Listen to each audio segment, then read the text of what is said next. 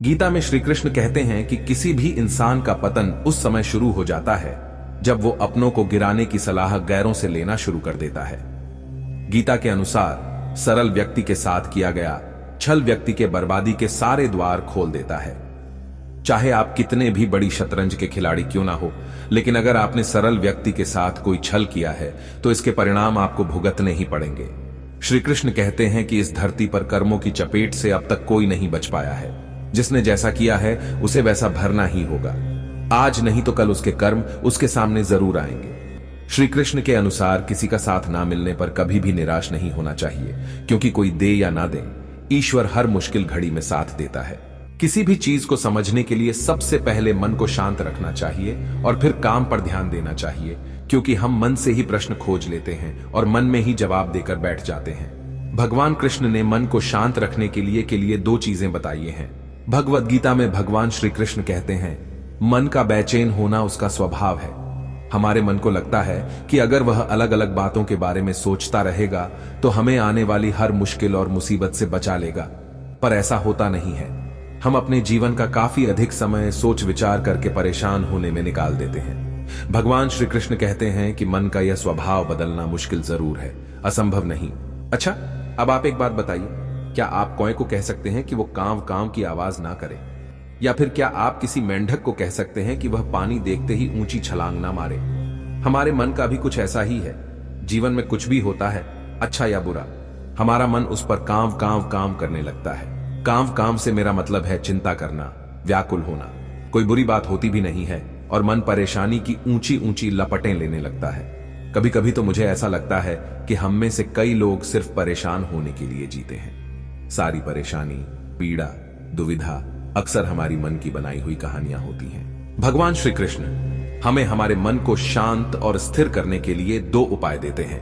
पहला, ध्यान लगाना या मेडिटेट करना।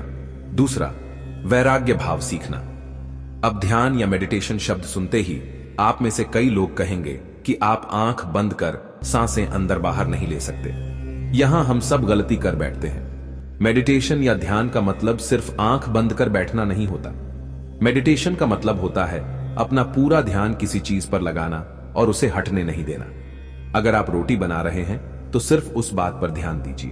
अगर आप पिक्चर देख रहे हैं तो अपना पूरा ध्यान पिक्चर पर लगाएं। यह मत सोचिए कि पिक्चर देखकर आप अपना कितना वक्त बर्बाद कर रहे हैं।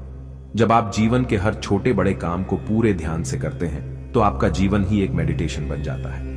ऐसे जीवन में शांति, स्थिरता, साहस और सफलता का होना अनिवार्य है। वैराग्य भाव दूसरा उपाय। वैराग्य का अर्थ यह नहीं कि आप सब कुछ छोड़कर जंगल में जाकर बैठ जाएं।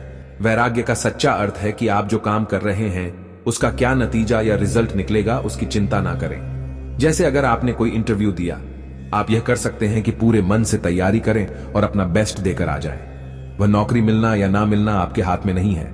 इस नतीजे के पीछे अलग अलग चीजें हैं जो आपके बिल्कुल कंट्रोल में नहीं।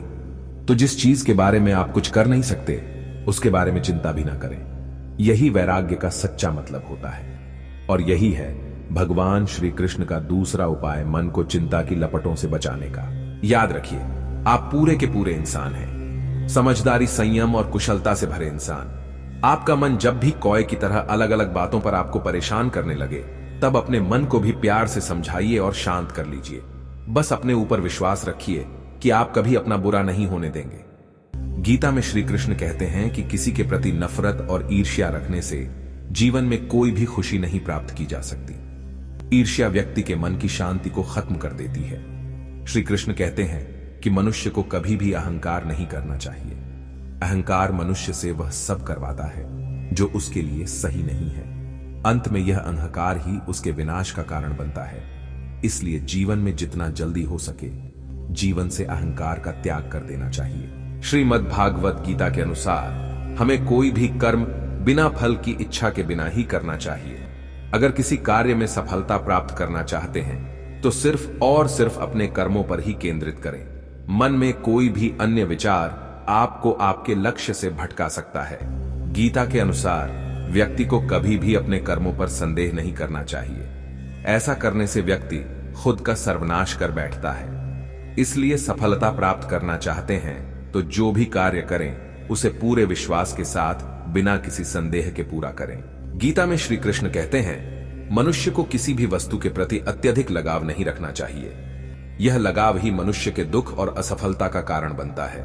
अत्यधिक लगाव से व्यक्ति में क्रोध और दुख का भाव उत्पन्न होता है। इसकी वजह से वह अपने कर्म पर केंद्रित नहीं कर पाता है। इसीलिए मनुष्य को अत्यधिक लगाव से बचना चाहिए। श्री कृष्ण के अनुसार किसी भी कार्य में सफलता प्राप्त करने के लिए अपने भीतर छिपे डर को खत्म करना चाहिए।